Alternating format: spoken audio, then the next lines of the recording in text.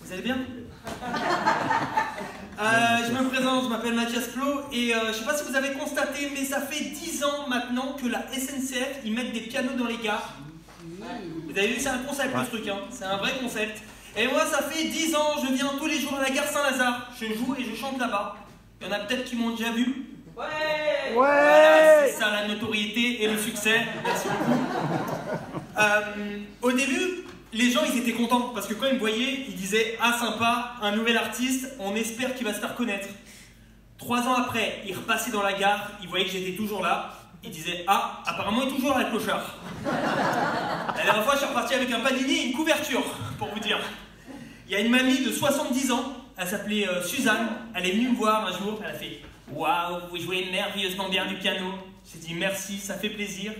Ce matin, je me suis réveillé avec Suzanne. Alors elle, par contre, elle s'est pas réveillée.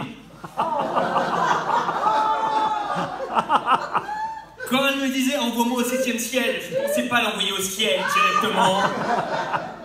Il y a une autre fois, j'arrive à la gare et là, direct, je m'installe, j'arrive sur le piano, je joue, je chante. Et là, je vois 4 personnes qui se retournent. À ce moment-là, ouais, oh. Il y a même des bruitages qui vont avec, c'est incroyable. On est en totale immersion ce soir, c'est incroyable. 4DX. Donc voilà, moi je me suis pris dans The Voice et là il y avait 3 mecs, une fille. Je suis allé voir la fille et je lui ai dit bah écoute, je vais te prendre. Du coup j'ai passé l'étape des battles en prison. Je pense que la gare c'est un bon endroit pour draguer sérieusement. Parce que la dernière fois, je vois une fille, elle est là, elle joue tranquillement, elle pianote. Et moi, je viens la voir et je lui fais waouh, j'aimerais trop avoir ton doigté. J'ai passé une deuxième nuit en prison. Je pense que les gens qu'on saoule le plus dans la gare, c'est les commerçants. Parce que vous imaginez, ça fait 10 ans qu'ils m'entendent tous les jours les mêmes chansons, les mêmes trucs.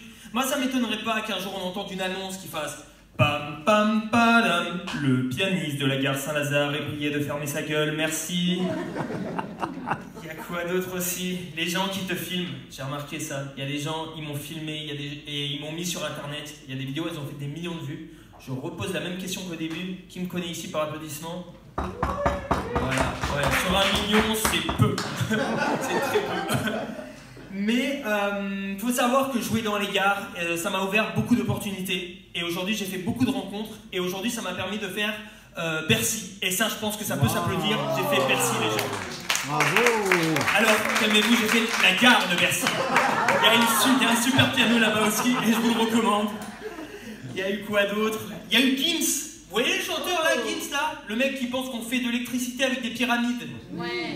Et ben un jour, ce mec là, et je vous jure c'est vrai, il est venu comme ça, totalement improviste. Il est venu au piano de la gare Saint-Lazare, il est venu chanter. Et moi je me dis, attendez, Gims qui vient chanter à la gare Saint-Lazare, le mec il a plus de thunes ou quoi? Non, parce que moi je me mets à l'échelle de Gims. Je me dis peut-être qu'un jour je sortirai justement de la gare Saint-Lazare pour faire des tournées comme lui. Quand tu vois avec Gims qui vient chanter à la gare Saint-Lazare, on se dit putain, on est dans la merde quand même. On est dans la merde. Mais il faut savoir que jouer dans les gares, j'ai rencontré beaucoup de femmes, et souvent c'est des étrangères, parce que c'est souvent des filles de passage. Donc c'est jamais des choses sérieuses. Et des fois il se passe des trucs. Des fois, voilà, je vais pas dire, mais des fois il s'est passé des trucs et j'ai rencontré pas mal de femmes et j'ai eu une très très heureuse nouvelle là récemment. Je viens d'apprendre que je vais être papa. En Australie, au Mexique et au Japon. Moi je sais que je suis quelqu'un qui n'arrive pas à aborder sans contexte. Tu vois, le piano ça m'aide parce que voilà, il y a un piano, il y a un contexte. Sans contexte, je peux pas aborder une fille. Et justement, par exemple, la dernière fois dans la rue, il y avait une fille, elle se promenait comme ça, et moi je voulais l'aborder, je savais pas comment faire. J'étais avec 2 potes, du coup j'ai envoyé mes 2 potes pour qu'ils aillent la faire chier. Je suis arrivé, j'ai fait style de les défoncer. Alors elle a trouvé ça héroïque et du coup elle est sortie avec moi. Elle a juste pas compris quand elle a revu ses agresseurs le jour de notre mariage. Ouais, moi j'étais content de les revoir, mais elle, pas trop. Sinon, là, je vais vous parler d'un truc un peu moins drôle. J'ai perdu mon chien il n'y a pas longtemps. Je sais pas, il y en a qui ont des animaux ici par applaudissement? Ouais. Vous avez quoi? Par exemple, vous madame, vous avez un animal? Non, vous n'avez pas d'animal. Ok, qui a un animal ici? Le chat. Bah super, je vais y venir le chat justement. Moi j'ai perdu mon chien et je trouve que c'est compliqué, tu sais, quand t'as un chien, des fois t'es fatigué, tu dois rentrer vers 4 h du matin, tu dois le sortir. Bon, et l'avantage du chat c'est qu'au moins t'as pas besoin de le sortir. Et justement, moi je rentrais vers 4 h du matin, il fallait que je le sorte pour qu'il aille chier. Maintenant qu'il est plus là, bah je sors chier tout seul en fait. Tu sais, j'ai constaté que quand t'as un chien, tu rencontres plus facilement des gens. Et j'ai constaté que j'avais une voisine. Et la dernière fois, on finit par parler. Et justement, je lui dis que je me suis mis au chat. Et je trouve que le chat, c'est un autre délire que le chien. Tu sais, je veux dire, t'as pas le même feeling qu'avec le chien. Enfin, moi, par exemple, j'ai acheté un chat. Je l'ai laissé 2 heures dans mon appartement. Je suis parti, je suis revenu. Il avait changé la serrure, ce bâtard. Il avait mis un mot, tu sais, sur la porte. Achète-moi des Whiskas, sinon tu te casses. Vraiment, mauvais délire, mauvais délire. Mais cette fille, elle était très sympa parce qu'elle m'a invité dans une soirée, cette voisine, dans une soirée où il y avait un crooner. Alors je sais pas si vous voyez les crooners, c'est ces genres de mecs dans n'importe quelle situation, ils peuvent pécho. Et s'il y a le malheur d'avoir un piano, tu sais qu'ils vont gérer, tu sais, c'est ces genres de mecs. Alors je sais pas si vous allez bien voir, et c'est des gens, ils sont toujours avec des chansons riches en texte, tu sais, du style c'est pour toi bébé. Ouais mon bébé, je te kiffe à m'apporter le meilleur de mes trésors. Mais le problème, t'habites à 300 km de la maison. Ça fait un peu loin pour une fellation, une relation. Un café boum boum, un café yeah yeah, un café boum bye yeah.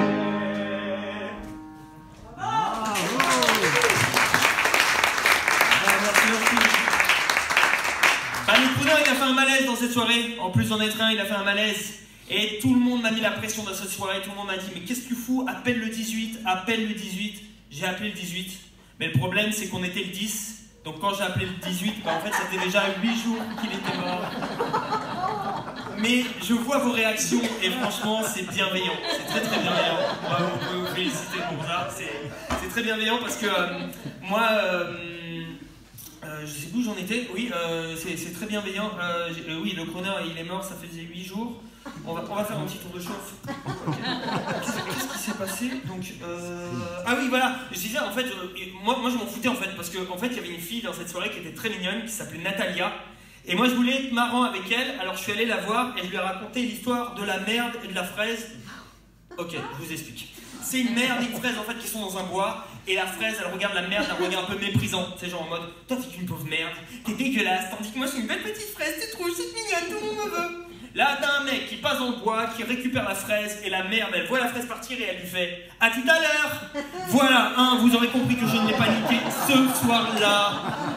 À la fin de la soirée, je la raccompagne en voiture, ça me semblait important. Après on a roulé quelques kilomètres parce que voilà, elle habitait un peu loin. Une fois en bas de chez elle, je lui ai dit alors, est-ce que tu veux le faire? Elle m'a dit oui.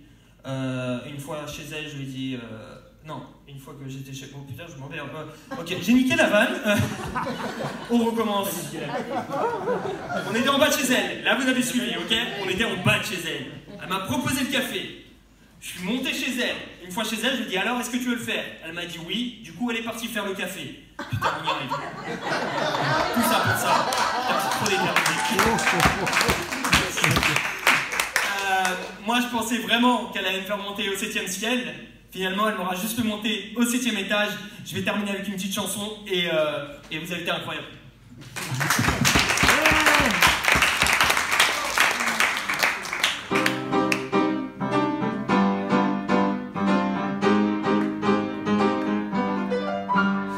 Parfois, j'ai envie de quitter cette ville. Vous savez quoi?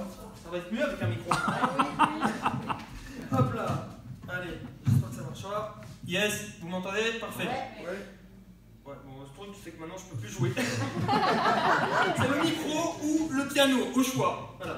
Parfois j'ai envie de quitter cette ville, tout abandonner pour une petite île. L'âge même qu'elle connaisse, besoin de me connaître. J'en ai marre de ces hypocrites qui sont là, qui viennent ici, que derrière ils te critiquent. De toute façon, ils vont m'ouvrir, money, money, money. Jamais, jamais, ami, tu rêves de Miami.